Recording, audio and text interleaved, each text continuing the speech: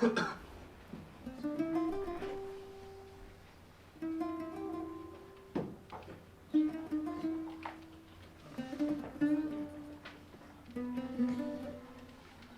evening, ladies and gentlemen. I'm Feisal Istrabadi, the founding director of the Indiana University Center for the Study of the Middle East. I welcome you to our first official activity that is at least ours alone. We had, well, that's not quite true because the Middle East Law Students Association is a co-sponsor, but we have been the co-sponsor of some other activities earlier in the semester, but this is the first one where we're the lead sponsor, so welcome. I'm not going to take long. I will turn things over to Dr. Karl Pearson, the Assistant Director at Sesame, but I just wanted to welcome you and look forward to having what we have always prided ourselves on having on this campus, in distinction to some other campuses, I'm sorry to say, a civilized and courteous discussion about a topic that people have strong feelings about, and that's their right. But as I've said, on this campus, we have always had a courteous and civilized discussion, and I'm certain we will do so again this evening. With that, let me turn things over to Dr. Karl Pearson. I will only say he is a new assistant director at Sesame, and in a very short period of time, he's made himself invaluable. I'm delighted that he has joined us, and look forward to working with him. And with a clear mandate to be a tyrant where time limits are concerned. Thank you very much. Thank you, Ambassador Istrabadi. My name is Karl Pearson. I'm the Assistant Director in the Center for the Study of the Middle East. I would like to begin by thanking the Middle East Law Students Association for co-sponsoring this evening's event. I have one request and one announcement before we begin. The request is that the Center for the Study of the Middle East is a Department of Education Title VI funded organization, and the Department of Education likes to know how many people attend our events. So we're passing around a sign-up sheet. Please sign your name. If you don't wish to sign your name, you can put in just put an X. There's also a iPad floating around, and you can also sign up there. If you would like to join our listserv, there's a place for that, and you will get updates, weekly updates every Monday on events Sesame related. The announcement I have to make is that 1 week from tonight, we will be having our second panel of the year. It will be entitled Locked and Loaded. There's a theme there. American and Iran in Crisis. There are many opinions of the President of the United States, but certainly he is a quotable man, so we have used his words for our panels thus far. So that will be next Thursday, October 3rd at 5 p.m. in this same room. Tonight we will be discussing the question of Israel-Palestine, and we have three guests to help us navigate these rocky waters. On my far right is Professor Pierre Atlas, who is joining us today from Marian University. He will begin this evening. And then we will ask Professor Dina Spechler from Political Science to follow, followed by Ambassador Istrabadi. So thank you again for coming. And with that, I will turn it over to our first speaker this evening, Professor Pierre Atlas. Good evening. Thanks for coming. I should say at the outset, my daughter is a graduate of IU from last May, Kelly School, and she had a fantastic time here. And it was nice coming down. Just brought back memories of driving down to Bloomington from Indianapolis.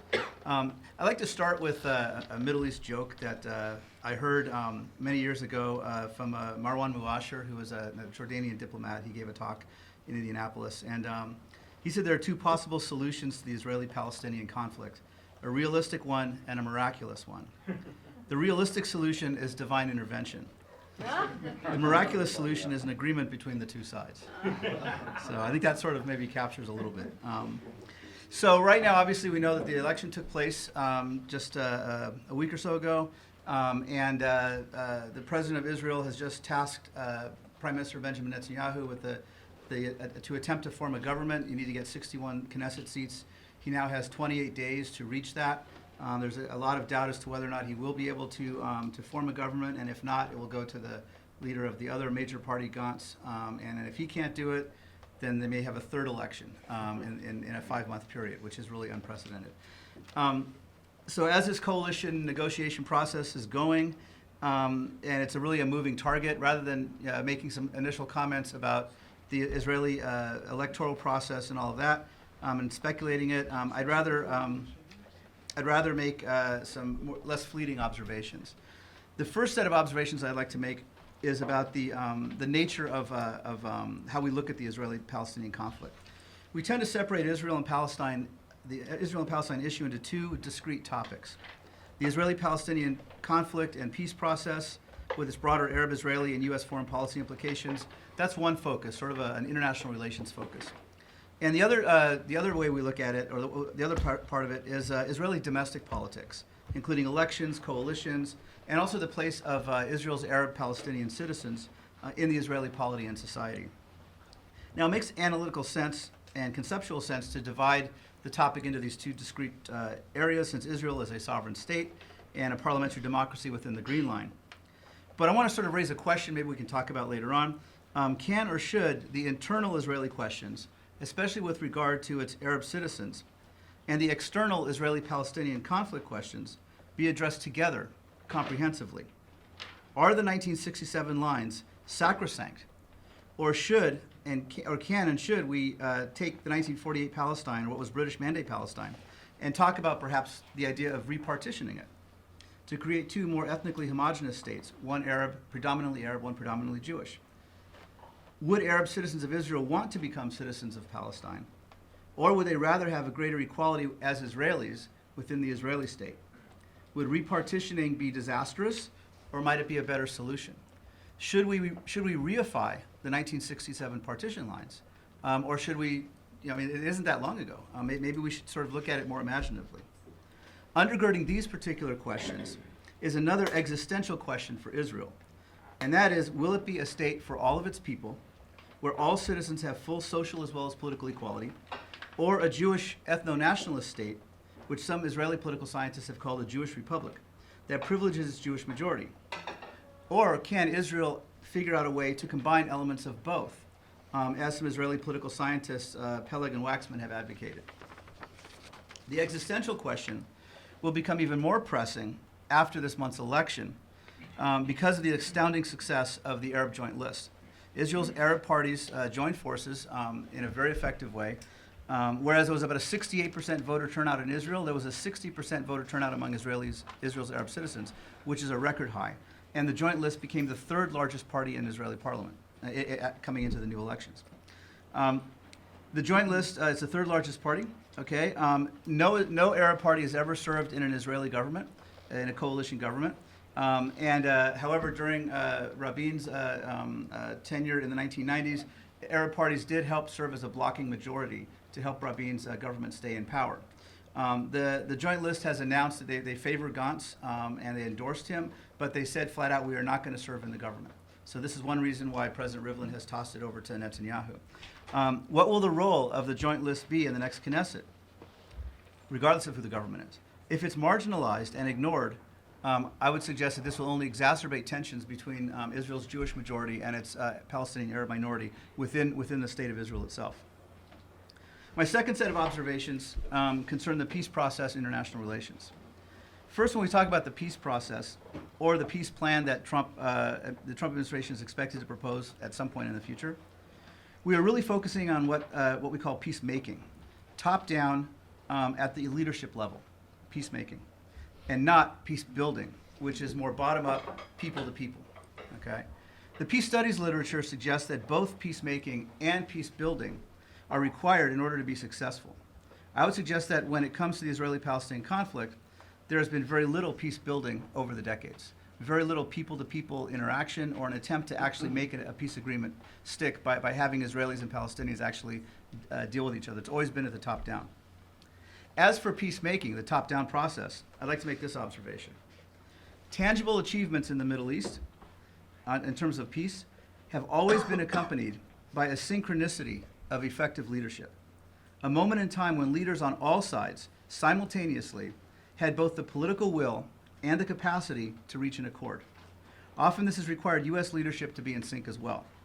So for some examples, Kissinger's shuttle diplomacy between Tel Aviv, Cairo, and Damascus after the 1973 war, which produced the disengagement agreements on the Sinai and the Golan Heights, those required strong and effective leadership in all 4 countries.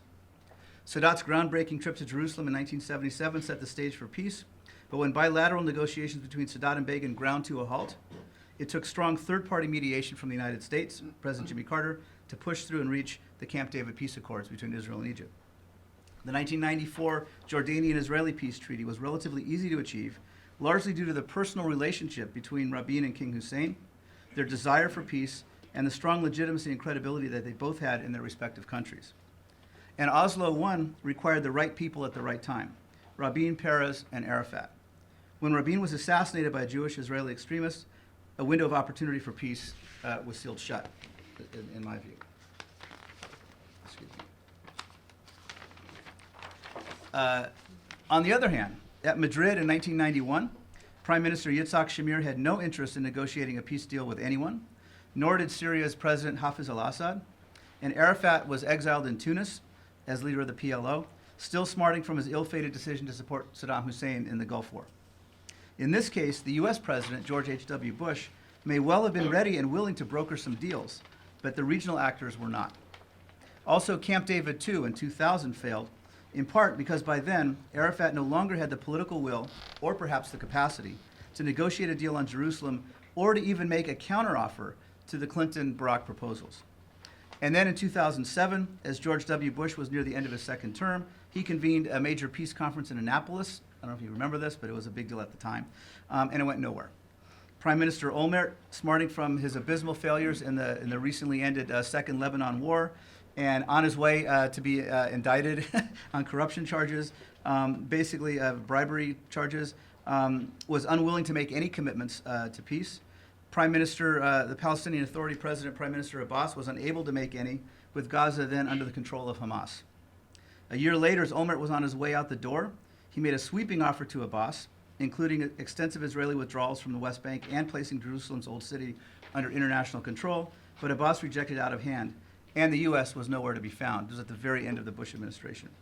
There have been many missed opportunities on all sides, and I would say it's in part due to this lack of synchronicity of the leaders. So what does all this suggest for Trump's or Kushner's peace plan? Can we imagine a synchronicity of leadership in 2019 or maybe 2020?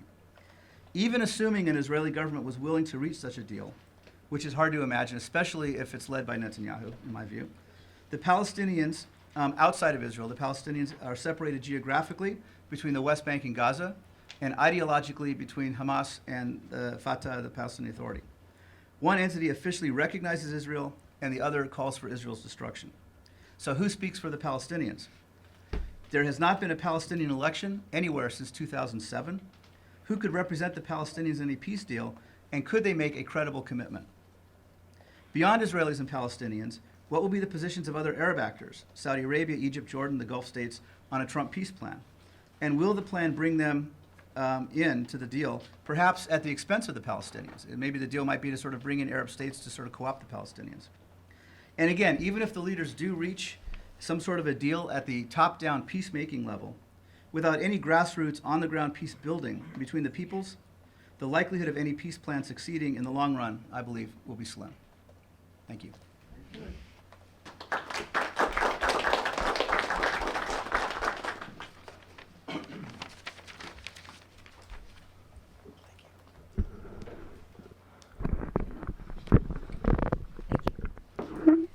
As I thought about and prepared some remarks for tonight, there were really 4 questions that I wanted to address. I don't think I'm going to get to all of them. I'm going to be focusing on the United States and its role in the Israeli-Palestinian conflict. And, first question, the obvious one I think is what are the main elements of American policy toward the Israeli-Palestinian conflict since Mr. Trump has taken office, and what beliefs and assumptions have generated those elements? And to put it perhaps provocatively, why President Trump's policies seemed so clearly supportive of Israel and so seemingly indifferent to the concerns and aspirations of the Palestinians. Second question that I'd like to address then is the very simple one to make sure everybody's on the same page. What has the Trump administration proposed to do about this conflict? And how have Israeli and Palestinian leaders viewed the plan put forward by the Trump administration? I'm going to focus mainly on the Israelis and leave the Palestinian perspective to Ambassador Istrabadi. I don't think I'll have time. I'll be glad to address it in the question period. What role did the American plan play in the recent Israeli elections, and how might the results of the elections affect the fate of the plan?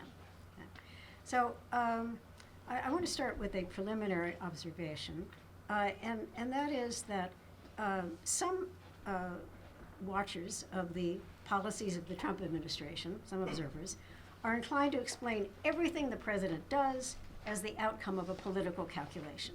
What will please his base and thereby enable him to get reelected?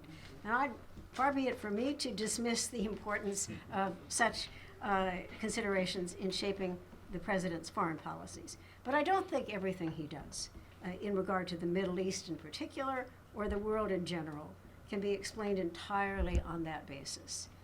Like nearly all occupants of the White House before him, Mr. Trump appears to me to have certain policy priorities, concerns, and objectives that are shaped by his beliefs about the world, by the challenges that he sees America facing in the world, as well as his beliefs about the extent and the limits of American power.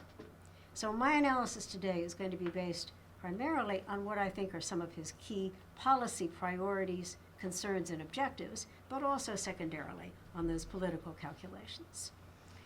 I think the first thing to be said about the Trump administration and the Israeli-Palestinian conflict is that dealing with that conflict, or at least resolving that conflict, is actually a secondary concern for President Trump, as it has been, in fact, for Israeli Prime Minister Netanyahu. As the leader of both those governments see it, the most serious threat to the United States on the one hand and also to Israel on the other is Iran. And the steps that Iran might take and is taking to harm American interests in the Middle East and the security of America's allies.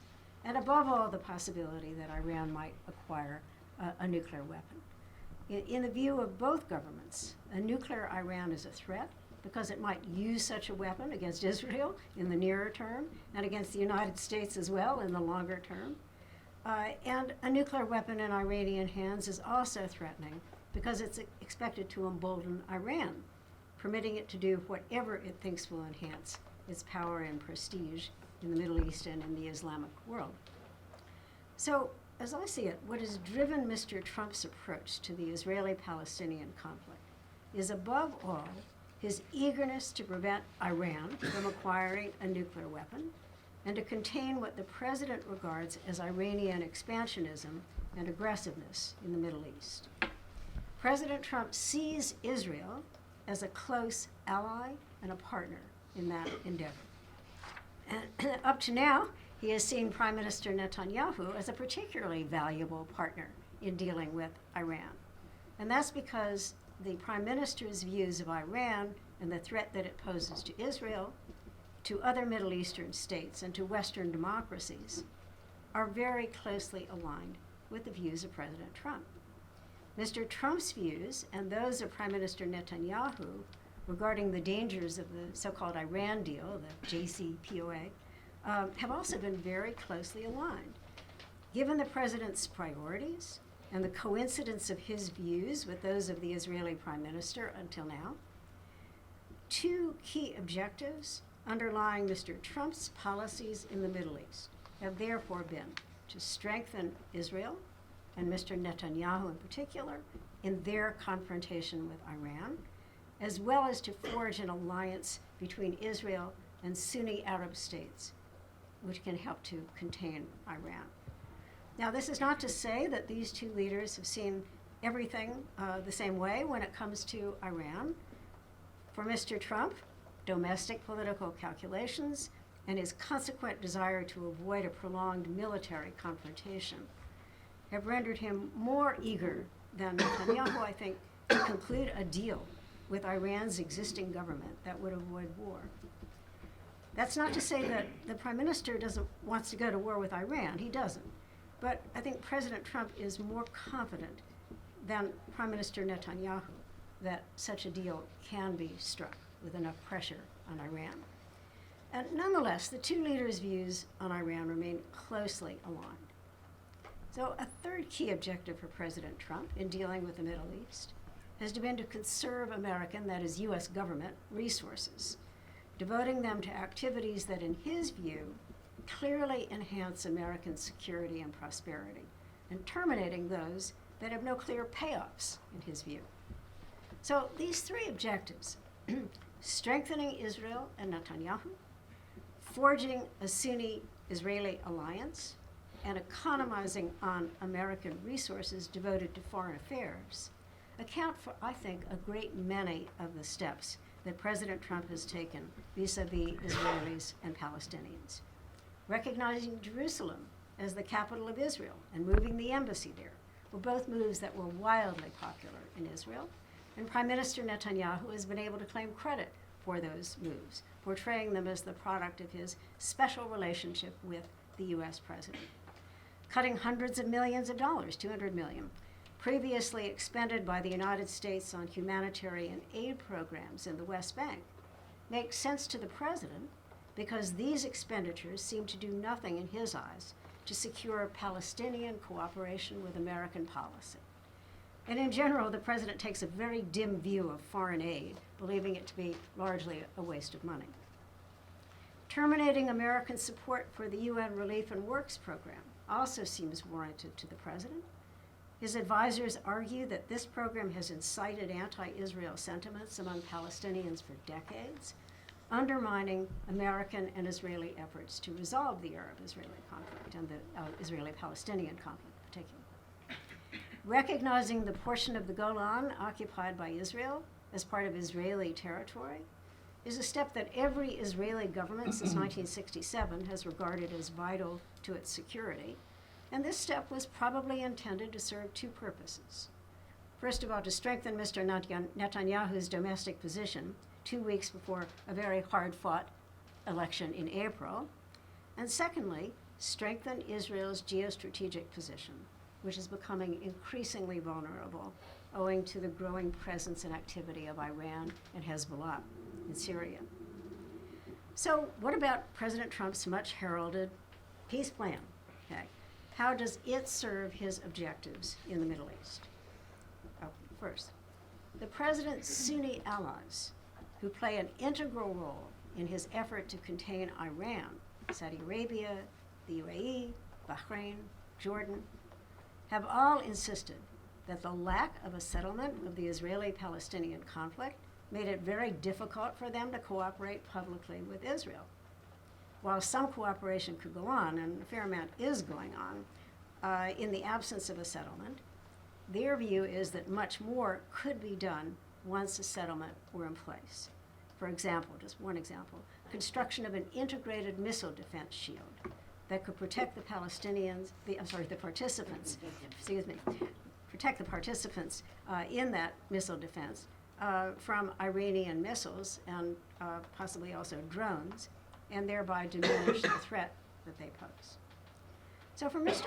Trump, a major reason for developing a peace plan at all has been to make more of this sort of cooperation possible. It's important, however, to take into account his political motives for wanting to resolve the Israeli-Palestinian conflict. While he was running for president, the aspect of Mr. Trump's experience and accomplishments that he most emphasized as qualifying him for his country's highest office was his ability to broker and conclude deals, to bring people to the table and induce them to agree.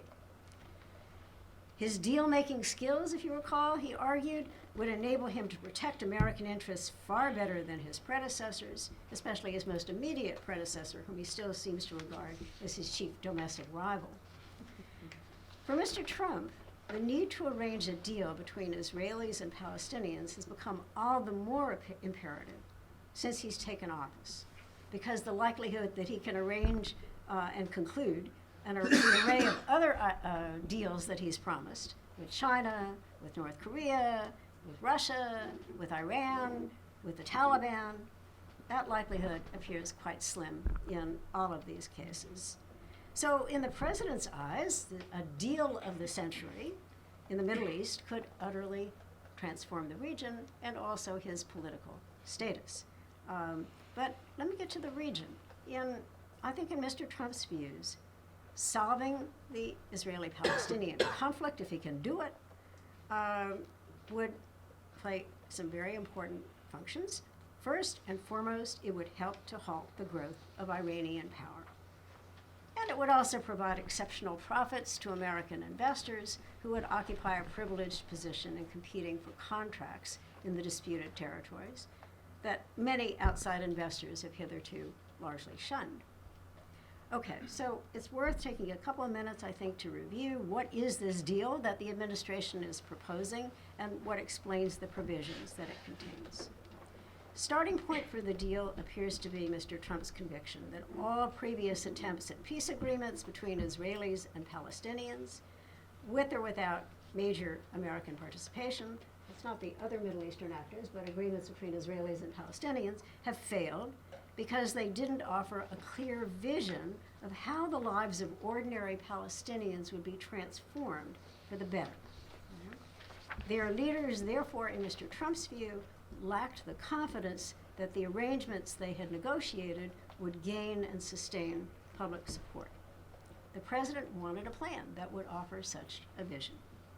At the same time, Mr. Trump was cognizant that the most successful of the deals that the United States has helped to bring about between Israelis and Arabs, the 1979 peace accord between Israel and Egypt, in particular, came with a very high price tag for the United States. The United States has provided tens of billions of dollars in economic and military aid to both Egypt and Israel, first to induce them to sign the deal, and then to ensure their continued adherence to it. And the president did not want to incur comparable costs for American taxpayers from a deal between Israel and the Palestinians.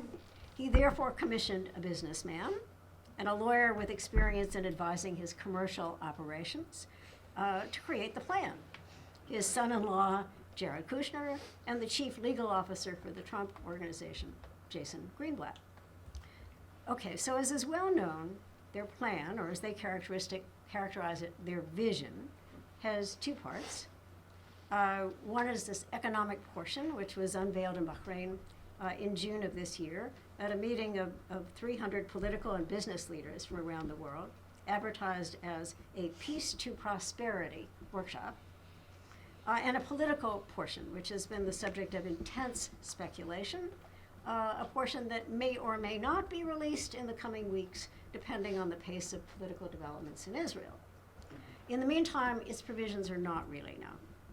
The economic portion appears designed to meet President Trump's two criteria for a successful deal: to provide a grand, even breathtaking vision of the benefits of peace, and to avoid burdening American taxpayers. And I don't think I have time to rehearse those elements, so I won't. But I do have time? I'll take the time. All right. So the key elements of the economic portion of the plan: a $50 billion investment fund for almost 200 business and infrastructure projects, roughly half of which would be in the West Bank or Gaza, and the other half in Egypt, Jordan, or Lebanon.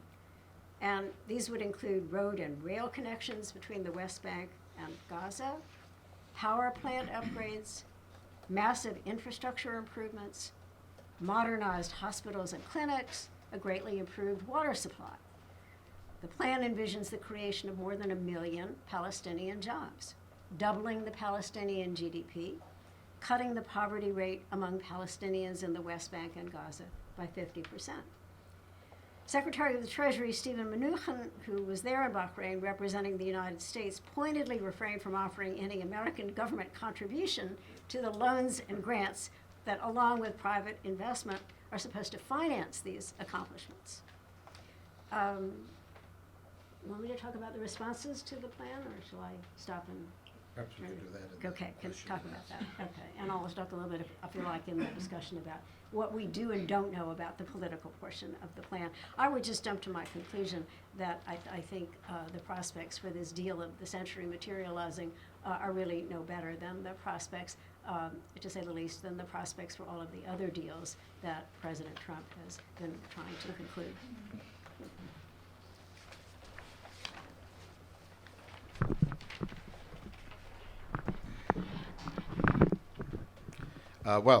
Good evening, and I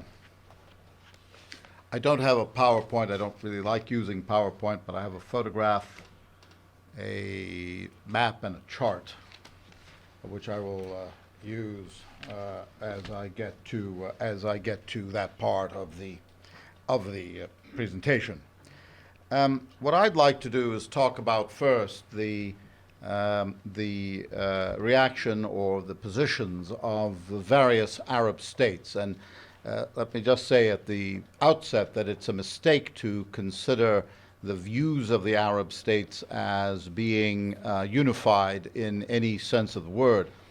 Even in the bloc, the sort of the anti-Iranian bloc that Professor Spechler talked about, in particular when she mentioned Jordan, I thought, well, I mean, I'll talk a little bit about Jordan. Jordan has its own very different views.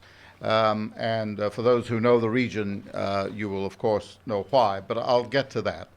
And then I will sort of talk a bit about where the United States lies. And if I don't run out of my time, where U.S. policy lies, rather. And then if I don't run out of time, hopefully I will get to the and this is a spoiler, not optimistic view of where we're headed. The Trump administration has, I think, taken advantage of the policies of various Arab states in the region in ways that its predecessor did not with respect to this particular issue. Now, I say take advantage. That is a value neutral. I am not suggesting that the Trump administration was right or Obama was wrong or Obama was right or Trump is wrong, whatever. But that it is parlayed, let's say, the views of several Arab states, insofar as those policies have converged with the views of at least the Prime Minister of Israel, the government of the day of Israel over the past several years. And here's something very interesting actually has happened during the Obama administration, I think, and it'll be interesting to see how this plays out as Israel forms a new government and as the sort of the next phase, whether Prime Minister Netanyahu is able to keep the position of Prime Minister or whether there will be a new Prime Minister, which I guess we'll find out in about a month or so, or 2 months maybe, unless we may go into a third election, perhaps.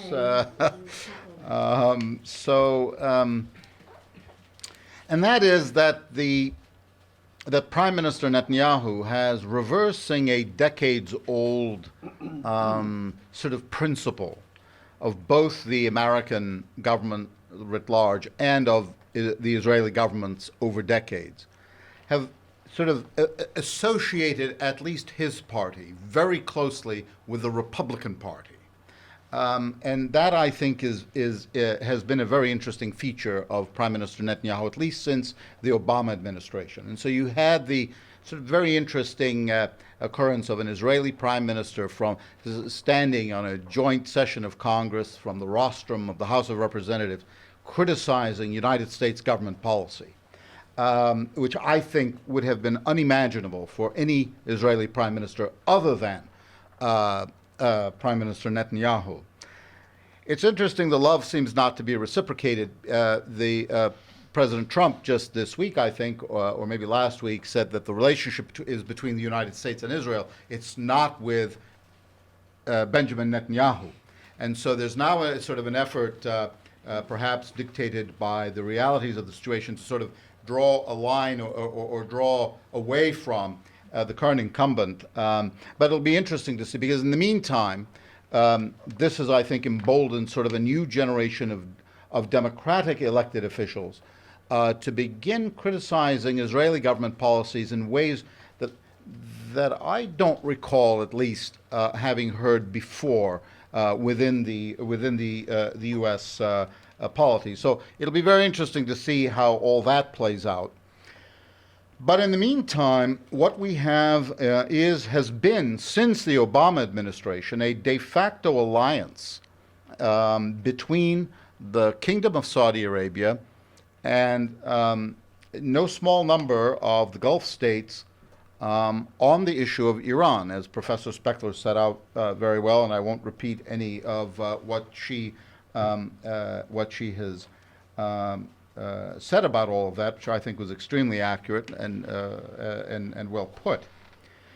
To the extent that the de facto ruler of Saudi Arabia, Mohammed bin Salman, last year said, and I don't have this in quotation marks in my notes, but it was very close to this, that the Palestinian issue was of secondary importance, which caused one of the few times that his father to sort of awaken from his slumbers and to sort of rebuke his son for having made those statements in public. But he actually had gone on to say that, and this is virtually a verbatim quote, and part of it is a quote, that the Palestinian leadership should accept Trump's proposals, whatever they are, or shut up.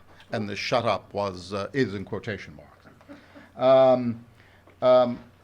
Turns out it didn't happen that way. They didn't take that bit of advice, the Palestinian leadership. Nonetheless, this sort of attitude on the part of the Gulf states, I think, has given Israel a rather justified feeling that it has a fairly free hand in dealing with the Palestinians. Egypt, which relies on Gulf support, and I mean hard cash in hard currency, has mostly kept silent. It has not entered the fray. It has not attempted to lead on the issue, not that I have seen. And I am not sure I could tell you, maybe you can with specificity, what proposals Egypt is making to try to resolve the issue or to get us through an impasse, which has obviously been in place for a number of years. It's an unusual position. I mean, if you were sort of studying Egypt in prior decades, it's an unusual position for Egypt to be in. Jordan my reading of the Jordanian leadership is that it is worried. It will be known in this room, of course, that a significant percentage, in excess of 50% of the, and I don't know what the exact statistic is, of the Jordanian population is of Palestinian roots, and while Jordan is a part of the alliance, as Professor Spechler said, vis-a-vis Iran, it is notably put itself in a position different from that of its Gulf allies in that endeavor with respect to the Israeli-Palestinian issue. They would very much like to see the issue resolved. The King of Jordan, when the sort of first half of the Kushner plan was announced, very quickly publicly said that the plan could not succeed if the sort of the starting point was the deferral of the creation or the recognition of a Palestinian state, which, at least to my knowledge, Mohammed bin Salman most certainly did not say. Now, the thing we can't know in respect to the Gulf states in particular, I think we have a fairly good sense of what popular sentiment may be in Jordan, and I think the Crown Let us remember that the current king's father wrote a book, an autobiography, the title of which was taken from Shakespeare's Richard II, Uneasy Lies the Head. Uneasy lies the head that bears the crown, is the full quote. So I think we have a good idea of where the Jordanian king thinks his people are on this issue. We can't know, for perhaps obvious reasons, what the populations in the Gulf states think about this, I was going to say emergent alliance with Israel. It has been emergent for some number of years now, certainly since the time of the JCPOA, if not earlier. And it involves not just, by the way, an alliance vis-a-vis Iran, but also a number of other sort of, intelligence sharing and a number of other, on terrorism and so on, a number of other areas of cooperation. It's interesting here, and I suppose I have to mention Iraq, but there's an almost amusing anecdote about Iraq because Iraq doesn't have a border with Israel. We don't have a common anything with Israel. No common waterways. Nothing. And yet, for some unknown reason, the current foreign minister of Iraq, and I have to say he's a dear friend of mine, whom I just saw this past weekend, and I hope he doesn't see this. For some reason, he felt that he needed to announce an Iraqi position on this issue. Now, his predecessor, or the first foreign minister of Iraq in the post-2003 dispensation, for whom I actually worked, was a man named Hoshyar Zebari, and he had a very clever line. He never told you what the Iraqi position was about the Israeli-Palestinian dispute. What he said was, there's a consensus in the Arab League, and Iraq forms a part of that consensus. Full stop. So you wanted to know what his position was, I guess you'd have to go talk to somebody in the Arab League. But he never said what. The current foreign minister, Dr. al-Hakim, said that Iraq is for the two-state solution. Well, this caused a tremendous controversy in the Iraqi parliament because no prior foreign minister of Iraq had ever uttered the words two states in this context.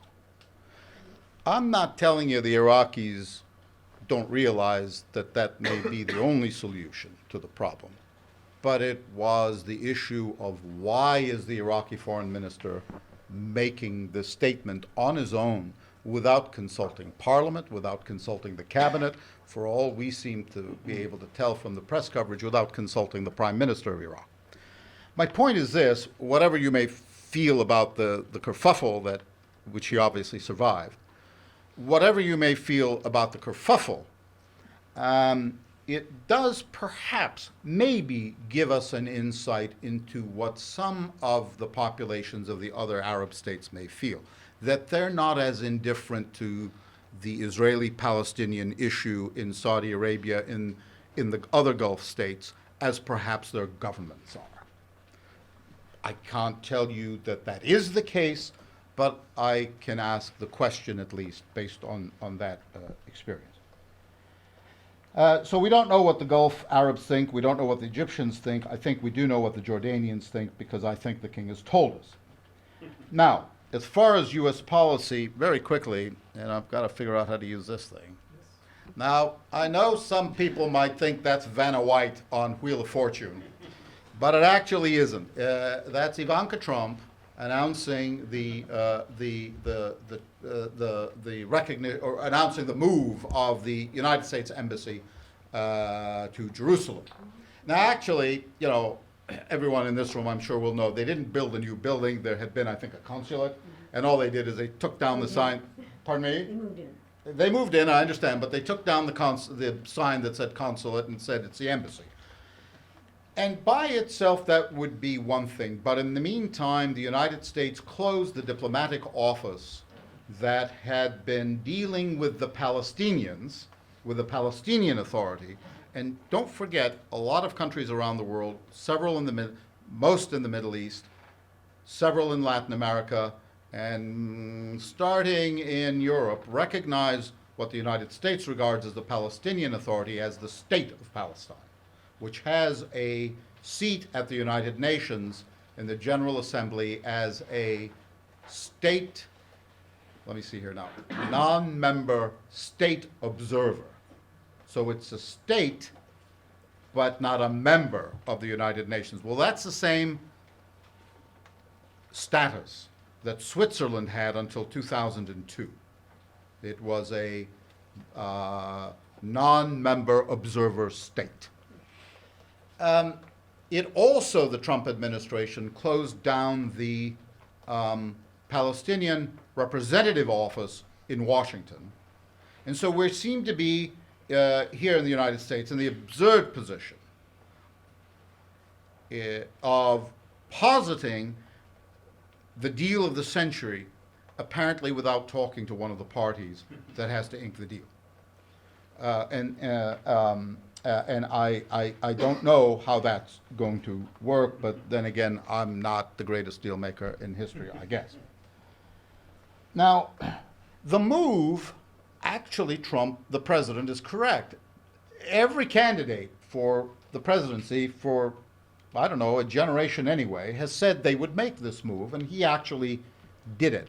But in the State Department, doing this was called the crown jewels.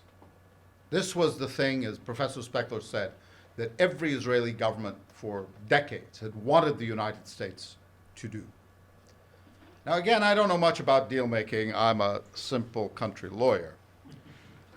But the United States got nothing in exchange for this on the international relations side. Now, whether the president thinks that it was a good idea because he made, promises made, promises kept, or whether there is a calculation of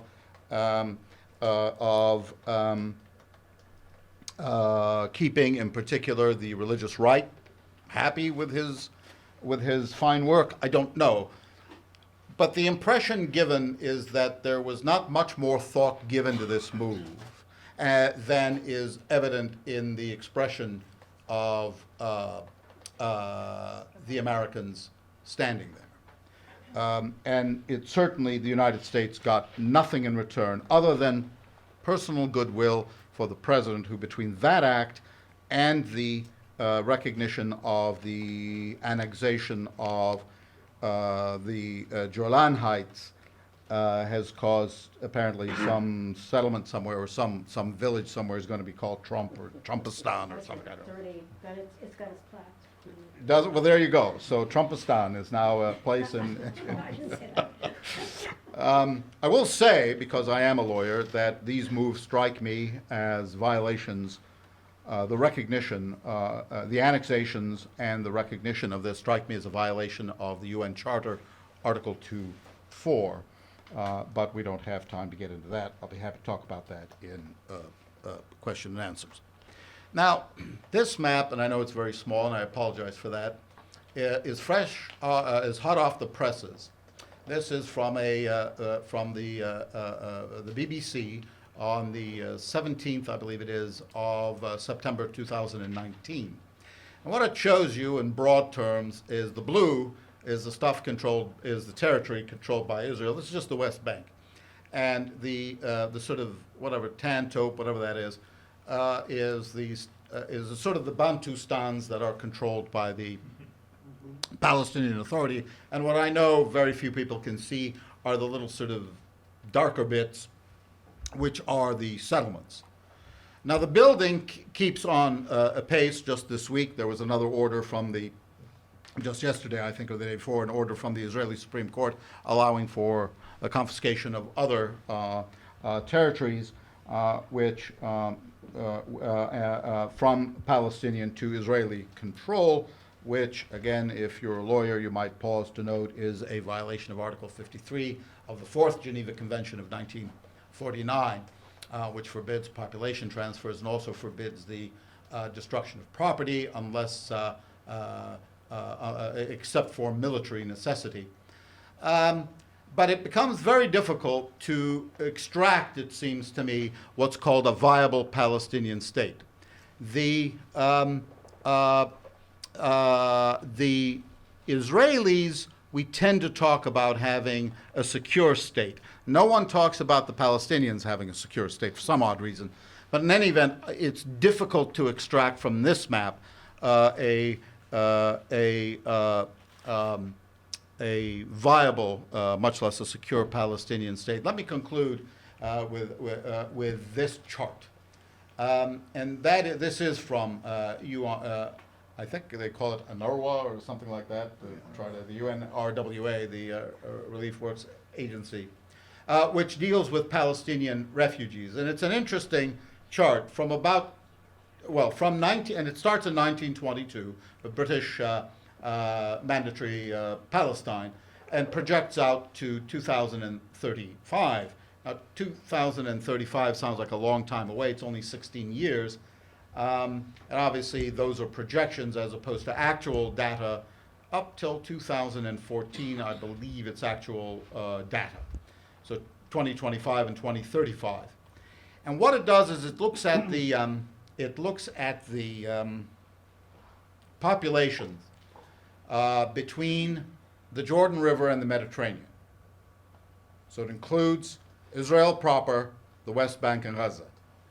And you can see by 2025, which is, whatever, 5.5 short years away, or 4.5, whatever it is, the population, if you the Jewish population will be, of that territory, will be about 48%, and 52% non-Jewish, Arab, Muslims and Christians.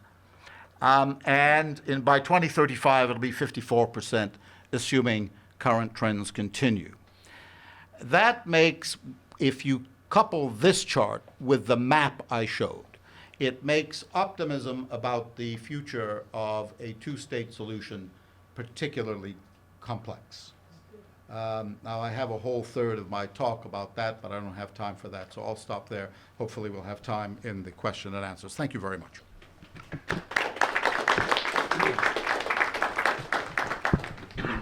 We can open the floor to questions. Yes. Well, when I heard about the idea of the deal of the century, I asked, which century? Not this century, because my question has to do with what are the forces on any of the parties, the U.S., Israel, the Israeli government at the present, or various Arab and Palestinian leaders to make a deal. What are the Arab countries? What are the forces that would compel them to make the kind of sacrifices and the kind of painful, compromises that would be necessary to make any kind of a deal in this century? You're looking at me. Is that for me or for anybody? I just, perhaps those of us who have followed the Israeli election know that the issue with the Palestinian, I'm sorry, all I was asking you did is the not question. come out, Right. did not come up. Is the question to me, or Yes. because you were looking right at No, me? I'm saying, well, of course, we'd like to hear your view, but I Great. think any of the panelists can tell us what are the forces that are moving us in this direction. If there are any, they've escaped me. I think you make a very valid point. It was not an issue really in the election. Even for the joint list, it was the concerns were more the position of Palestinian Arab citizens within Israel, and getting equal treatment, equal socioeconomic assistance, and things like that. There's no, I think as Ambassador Istrabadi pointed out, the Arab states are much more concerned with Iran, and Dina said this too, much more concerned with Iran than they are with the Palestinian issue. So there really isn't, and there's no intifada going on. Not that I'm saying that there ought to be, but It's really, it's a low-level conflict to the point where there isn't a lot of conflict going on. So for a lot of people, it's not on the radar. I think for President Trump, it's really more, he wants a Nobel Peace Prize, so that's what's going to motivate him. But I think you're right. I don't think there isn't any kind of a pressing thing. You don't have the Arab states coming in and saying, you know, to Israel, we need you to do this. There's not a lot of direct pressure in order for us to deal with Iran. We need you to resolve this. It's an under the current kind of thing, but I don't think it's not a major priority for a lot of people. I think that you're right, of course, and I agree with what Professor Atlas has said. I would say making peace. I mean, I don't think anybody voted for Netanyahu thinking he was going to make a deal of the century, right? So he's the longest-serving Israeli prime minister. And he has been reelected a number of times, or elected a number of times, able to build coalitions after the election to retain the prime ministership, clearly intending not to make a deal. So clearly the Israeli polity has come to a conclusion that it can maintain the status quo ad infinitum.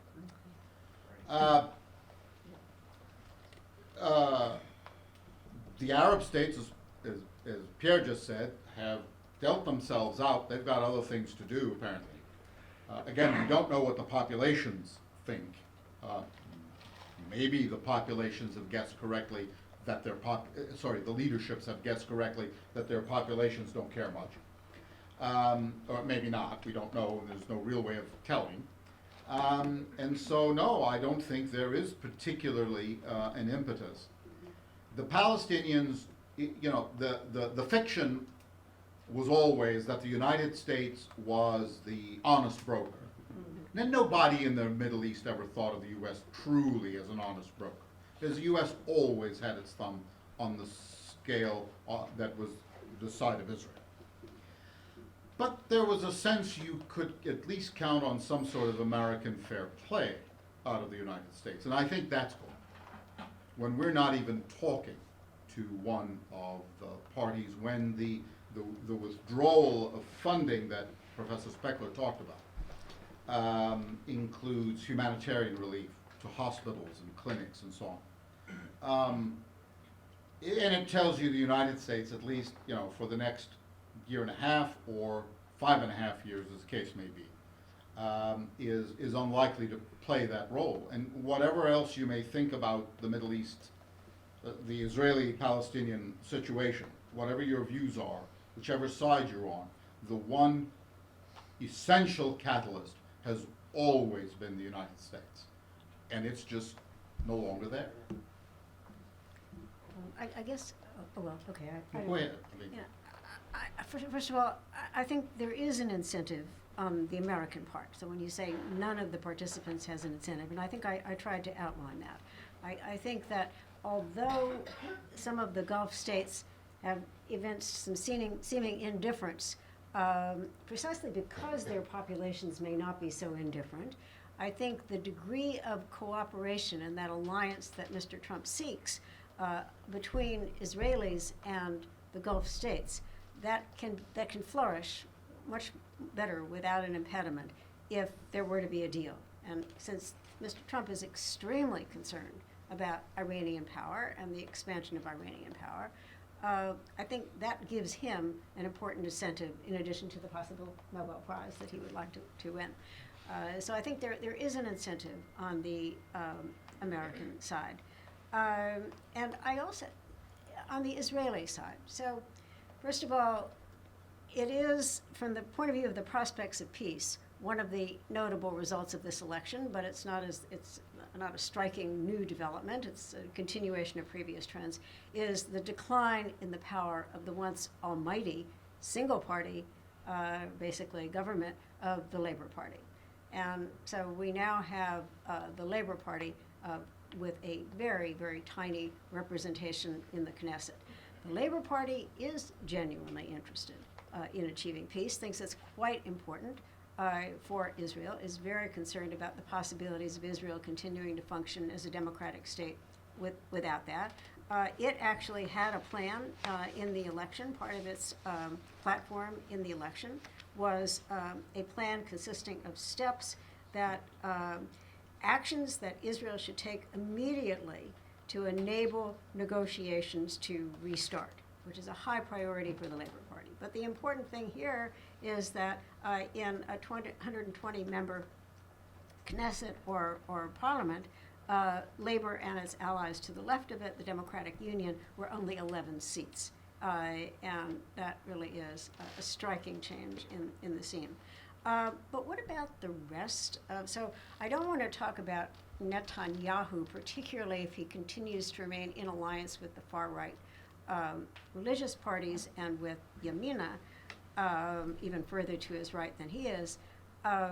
But I don't want to talk about his incentives or commitment to peace, although I think he has, in the past, when he's been less beholden to, particularly to the religious parties, he's been more receptive.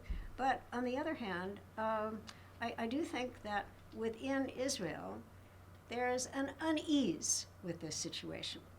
And I think it goes well beyond the Labor Party. Is the unease a fear of another intifada? Maybe. Is the unease the discomfort with criticism of Israel on the international stage, which is profound? Is it what could happen if that criticism gets more severe? There's an unease about that. There's also a broader unease about what the population trends show here and where they're going to lead. My own view, honestly, is that were there to be some real sense on the part of many Israelis, particularly many of those who voted for the blue and white, the centrist coalition, that peace were possible, that would be welcomed and with a lot of interest. And so while I'm pessimistic about anything in the near term, and I'm pessimistic about the future of the deal, I don't think it's true to say that there's no incentive for anyone to conclude a peace agreement. I don't think that's true. And I'm usually the pessimist in the family. So Professor Atlas mentioned two major vectors of change. One, which he called peacemaking coming from above. But he also talked about peace building. We know historically that radical change more often comes from below than from above.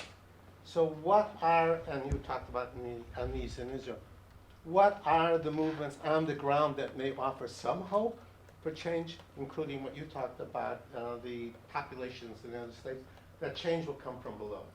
Well, there are peace movements that talk to each other. Probably one of the best known is the Bereaved Family Circle Forum, which is an organization of Israeli and Palestinian families who've lost loved ones in the conflict, and they get together and they actually they meet and they talk and they engage with each other. There are other groups like that as well, and there are people that are committed. The problem is, given the current atmosphere, it gets harder and harder for them to even physically meet, to go to meet in a common place. But there are groups that are that way. They're at the academic level that exist as well. So we do have it. The thing is that from my understanding, a lot of these sort of peace-building kind of groups and interactions that are taking place are not really connected to any type of solution to the conflict. I think that the more you have that interaction going on, the more you can have some people on each side prepared to start dialoguing when something happens. What I was faulting in the past in my comments was that when you had actual agreements that were reached, especially Oslo, you really didn't have the leaders trying to engage their own people in peace building. And so you basically had leaders signing. There was no preparation psychologically. You're talking about sacrifice. There was no preparation psychologically either among Israelis or Palestinians for what will be involved in the Oslo peace process. It was literally like divorced in many ways from the people. And so I think that's something that needs to be done. And if there's going to be a Trump plan, and if it has any hope of moving forward, which I'm skeptical too. I think we're all kind of skeptical about that. But there has to be an aspect there of how are you going to engage with ordinary people. I personally think that just building infrastructure and trying to get Palestinians employed, which is part of the Kushner plan that's been done, without a political solution, I think is going to be interpreted as not trying to do peace building, but rather it's going to be we're going to try and buy them off. Forgo a state, forgo sovereignty, forgo Palestinian nationhood, but we're going to give you a job. And I think that's actually not going to work. Yes. All right, with all this consensus on the slim chances of a deal going through, what are possible ramifications of a failed deal? Lasting consequences? Well, first of all, I don't think the deal is going to fail. I don't think there's going to be, in the sense that I don't think there's going to be a moment where the leaders on all sides are going to stand up and say, we're walking away from the table, we reject this. I think more likely the deal may be withdrawn or ignored. It simply won't happen, but I don't think that's really what you're asking, although, so I don't think there's going to be a cataclysmic moment where Trump is going to throw up his hands and say, that's it, it's failed, it's over.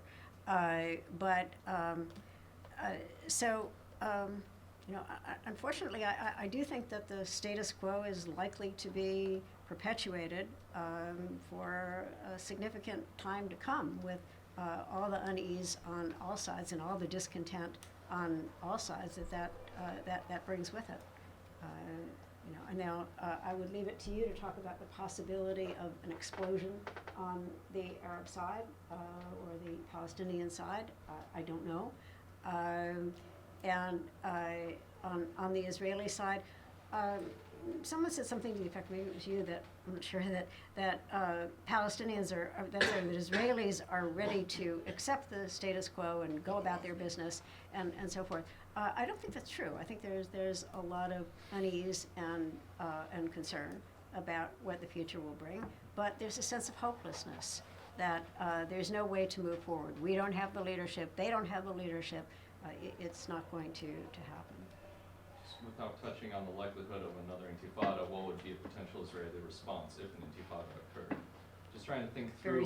Very similar to the response in the previous intifadas. The immediate response would be to do whatever it can to suppress what Israelis view as unacceptable terrorism. But would that be an impetus to negotiation? It would require a major leadership change. And could that happen as a result? I wouldn't rule it out. I would just add two things. One, from the Israeli perspective, there is an inherent tension between liberal democracy and Zionism. And as long as Israel has an overwhelming Jewish majority, you have theoretically and perhaps in reality the possibility to have one person, one vote, true liberal democracy with equality for its non-Jewish citizens. That was much greater in the 1990s under the labor governments than it is now. But it's certainly theoretically possible, and that's actually one of the things that the Joint List is sort of demanding. But if you get to the point where the Jewish majority is decreasing, then the possibility of maintaining liberal democracy is going to be more strained. And if it gets to the point where Israelis have to make a choice between, are we going to maintain a Jewish state or a one-person, one-vote democracy where the majority might be non-Jewish, or if you get to the point where, and this is the real danger that a lot of Israelis are very concerned about, is what happens when you get to the point where between the river and the sea, the overwhelming majority of the people are Arab and not Jewish, and instead of saying we want a two-state solution, they say we just want one person, one vote everywhere. Okay, then at that point, the Israeli military may have to start as a minority control the majority, and that will start looking like an apartheid regime. Israel's not there yet, but that's a real fear, and a lot of Israelis are concerned about that. And I would actually quote, I brought this in, Ariel Sharon, when he was prime minister before he had his stroke, after he, actually this is even before he withdrew from the Gaza Strip, he said, and it's a very famous thing that he said, but it's really important, this is Ariel Sharon, who was probably the most hardline Israeli prime minister. I think the idea that it is possible to continue keeping 3.5 million Palestinians under occupation, yes, it is occupation. You might not like the word, but what is happening is occupation, is bad for Israel. Controlling 3.5 million Palestinians cannot go on forever. That was Ariel Sharon in 2002. That is something I think that there is like this kind of a ticking clock. The other thing I would just say really quickly about if there's a potential of an intifada, I think that the concern is not so much, it's not going to look like the first intifada of rocks or the second intifada of suicide bombing. I think it'll be, if there is another intifada, it's going to be in coordination with Hezbollah and Hamas in Gaza. And it was not going to be suicide bombs, it's going to be rockets. And Hezbollah has tens of thousands of rockets now that can hit any inch of Israel. Anywhere in Israel can be hit by rockets from Lebanon and possibly also from Gaza. And if there is going to be an explosion, it could be really bad. And especially if Iran is involved in some ways. I mean, that's sort of like the real danger of the Israeli-Palestinian conflict exploding with Iran doing that. Another possibility is if Iran is attacked by the United States or by Israel, they may unleash Hezbollah on Israel from Lebanon.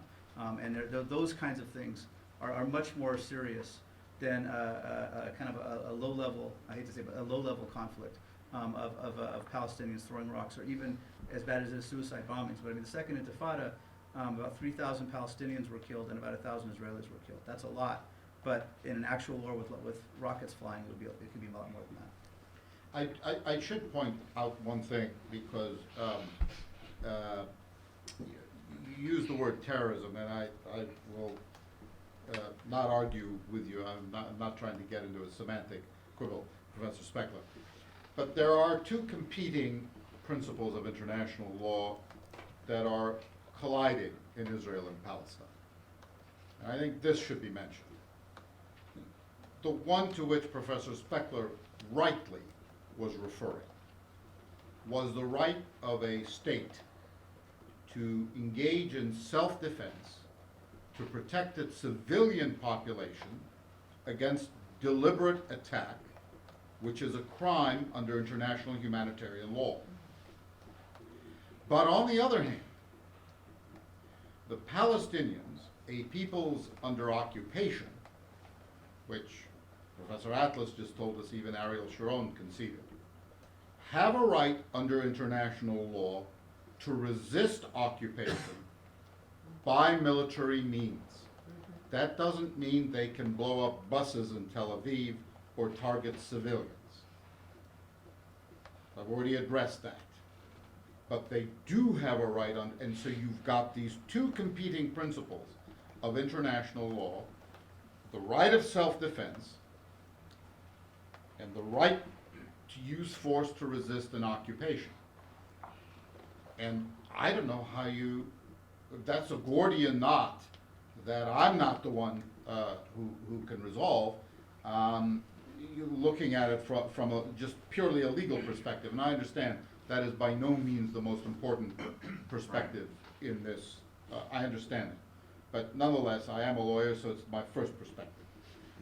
Beyond that, I mean, I think Professor Atlas said it well. I mean, at some point, Israel, if this continues, faces really an existential issue of, is it a democracy or is it a Jewish state? Because at some point, it cannot be both. It's not quite there yet. But it's getting there, and, those years are not that far off. It's certainly not measured against the age of students in this room right now. Two observations. One is a place to reflect on the Black Party, which was on the cover of the Christian Science Monitor about December, where Muslims, Jews, and Christians came together in Haifa on Ben Gurion Avenue for a joint celebration. Obviously, it's a very small point of movement, but it is a point of movement. But maybe more critical to our process is how the human species has pushed out the splinter of slavery and apartheid through a increasing consciousness. And the fact that we're having this discussion here today is evidence of that consciousness growing. I think that I'm very skeptical about ground up. The peace processes that have been entered into in the Middle East, maybe in other places, but I don't study other places, so I can't say. Maybe my colleagues would be better versed, both of them being political scientists, to speak in more general and theoretical terms. But in the Middle East, it's always been an elite process. If you had a referendum in Egypt in 1979, I don't think the Sadat plan would have passed. I'm not sure it would have in Israel either, but Well, it once- certainly once wouldn't. Sadat Yeah, came once he to made the the Once he Israel. came, yes, Yeah. that's right. That was 78. But if there had been a comprehensive settlement, which is what Sadat promised when he came, I'm not sure that would have passed Israel, as opposed to just a bilateral settlement with Egypt. But in any case, whatever the Israelis would have done. So it's always been an elite-driven process. So I'm skeptical about the notion of it being, what's that called, grassroots. You know, the Middle East is not, you know, American protests of the Vietnam War. This is a very different thing, I think. I'd like to add just I'm not saying that the peace building from the ground up is an alternative. I'm saying they're both necessary. You can have the elites reach an agreement, but if the people don't accept it, especially, and we saw that really with Israeli-Palestinian stuff, with Oslo, especially if you have democratic polities, if the people are not willing to accept an agreement with the other, it's not going to work very well. So a lot of the grassroots stuff is essential, but I don't think it's going to take the place of the top-down elite. But I think it's going to bolster the top-down elite. So I like agree. the Good Friday Accords in Ireland or something, it has to be people to people. It can't just be people leaving completely separate, and because it'll just create more cynicism and lack of acceptance. I'll add one other interesting element to the picture right now, and it was mentioned earlier. I forget which one of my colleagues mentioned it, but and that is the position of the Arab parties, the joint list. They now occupy a more influential position in Israeli politics than ever before. They are, you mentioned, Pierre, that they are the third largest party. Now, what that may mean is that they will become the official leader of the opposition. And that carries rights with it, according to, I'm not sure whether it's Israeli law or Israeli tradition, but it will give the Arab parties a right of rebuttal to any address to the Knesset made by the Prime Minister. It will give them access to national security briefings and a guaranteed monthly meeting with the Prime Minister. Now, will this have any effect? Obviously, no one can guarantee it.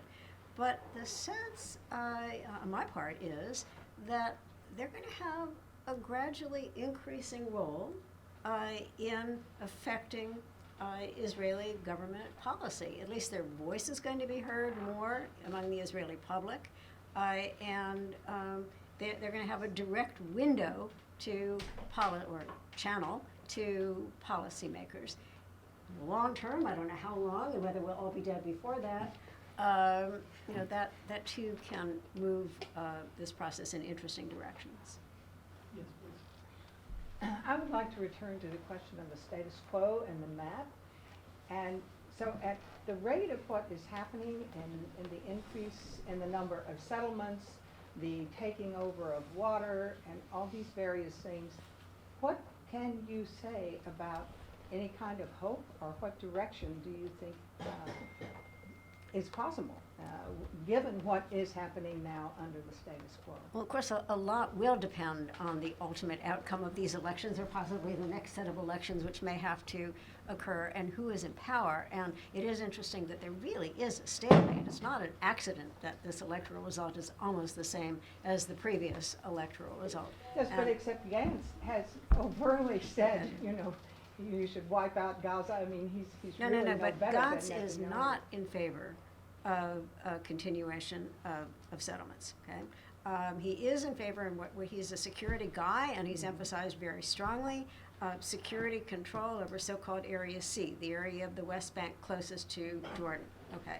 So he's very firm on that, but he is not a supporter of settlements. He is very reluctant to get in bed with the settler elements in the Israeli population.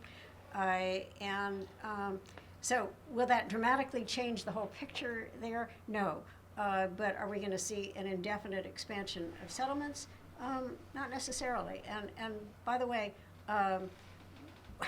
no one really knows what's in this political portion of the Trump plan, but Trump has actually gone on record saying, look, in any deal, both parties have to be satisfied. We've already given the biggest chip to Israel, and I think he's referring to the idea of an independent Palestinian state, Israel's going to have to make compromises on other elements. I'm almost quoting, I can quote him directly, but I don't want to take time. Okay, on this subject. So one of those elements, one of those compromises that deal may contain is a limit on settlement building. And the Labor Party is already taking a very strong stand. What we need to do is have several large, probably 4 large settlement blocks, which under any plan for peace are going to be in Israeli hands. And then we should provide monetary incentives for settlers outside of those blocks to move into them. Okay. Now, will this go anywhere? As I say, the Labor Party is now a small minority, but it's the basis for a possible limitation on settlements. So it is possible that will happen. I would like to. That sounds like when we put the Indians west and said, here's where you can live and here's where you can. I'm sorry, go ahead. I was going to add that, and maybe this sort of relates to what you were saying too. You know, it's not written in stone that those settlements will be there forever, that all of them will be. It's important to remember that you know, before Sadat went to Jerusalem, the polling basically said there was like 80% or 85% of Israelis said we will never leave the Sinai, ever.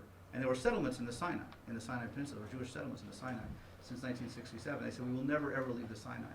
When Sadat went to Jerusalem, and all of a sudden you have the literally overnight, the polls switched, and then in exchange for peace with Egypt, Israel pulled every single Jewish settler out of the Sinai. And gave it back. Now, the Sinai is not the West Bank, it's not Judea and Samaria, but the idea if there's some type of a deal, especially if there's maybe a unity government that's willing to do something, there's the possibility of that, the settlement blocks, and that also goes up to the point, one of the points I made in the very beginning. We don't have to necessarily think that the 1967 lines are sacrosanct, and in fact, all Israelis are saying they're not, because they're saying let's have some settlement blocks. One of the things that was going on in the previous under the Obama administration was they were talking about in exchange for annexing certain big settlement blocks along the Green Line, perhaps giving some territory from Israel and attaching it to the Gaza Strip. Okay, so already you're talking about, in a sense, repartitioning. Okay, and sharing things like that. There are potential imaginative solutions if there are people on both sides that are actually willing to think it. And that was happening in the 1990s, into about 2000 or so, where there was a lot of imaginative solutions about how do you share Jerusalem. Well, this kind of thing. I mean, the way to actually achieve a two-state solution has been on the table for a very long time. The problem is that there's the settlements have been continuing, but again, if there was a momentum, and with peace building and peacemaking at the same time, you might actually be able to get to the point where you could pull some of them out, rearrange them the way Dina was saying, and get to that point. It's not written in stone, but it would take a lot of intestinal fortitude to do that. Do you think we could get you on that team? I'm sorry? Do you think we could get you on that team? What the solution is has been obvious for decades. It's Yeah. getting there that's been the problem. Absolutely, yeah. So, and in principle, your idea of repartitioning is fine if that's what the parties agree to. Yeah, of course, it would have to be mutually agreed. It would have to be by mutual agreement. Absolutely. Because there is, and here again, there's a legal definition of occupation that applies to the West Bank and Gaza. And that would have to be negotiated.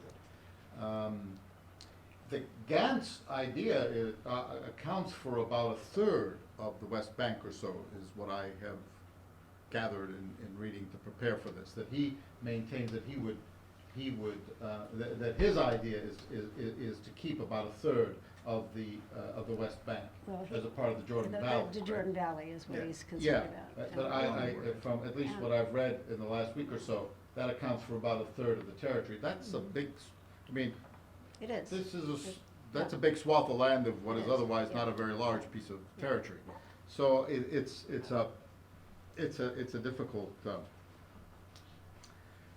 What is the expression? Square to circle or circle to square or whatever. But you know, the Gantz plan could be the first step in a negotiation. Say, let's start with this and we'll whittle it down. And that actually goes back to the old Labor Party with the Yeah. Alone Plan back after 1967 was The original labor when labor took over, they only wanted to have settlements along the border from a purely strategic perspective. They were not really interested in the religious Judea-Samaria type stuff. And so, you know, they're again, it could be imaginative in that sense, as long as if the Palestinians had access to the sea and you had a connection with Gaza, there's a possibility. of But something that like really takes American engagement, Oh, absolutely. and we're just, As a sort of honest broker. Right? They have to be more, as more a balanced. plausibly honest. Yeah, person, as yeah. a more balanced, yeah. On that note, I would like you to join me in thanking our panelists, and see you next week. Thank you very much. This is fun.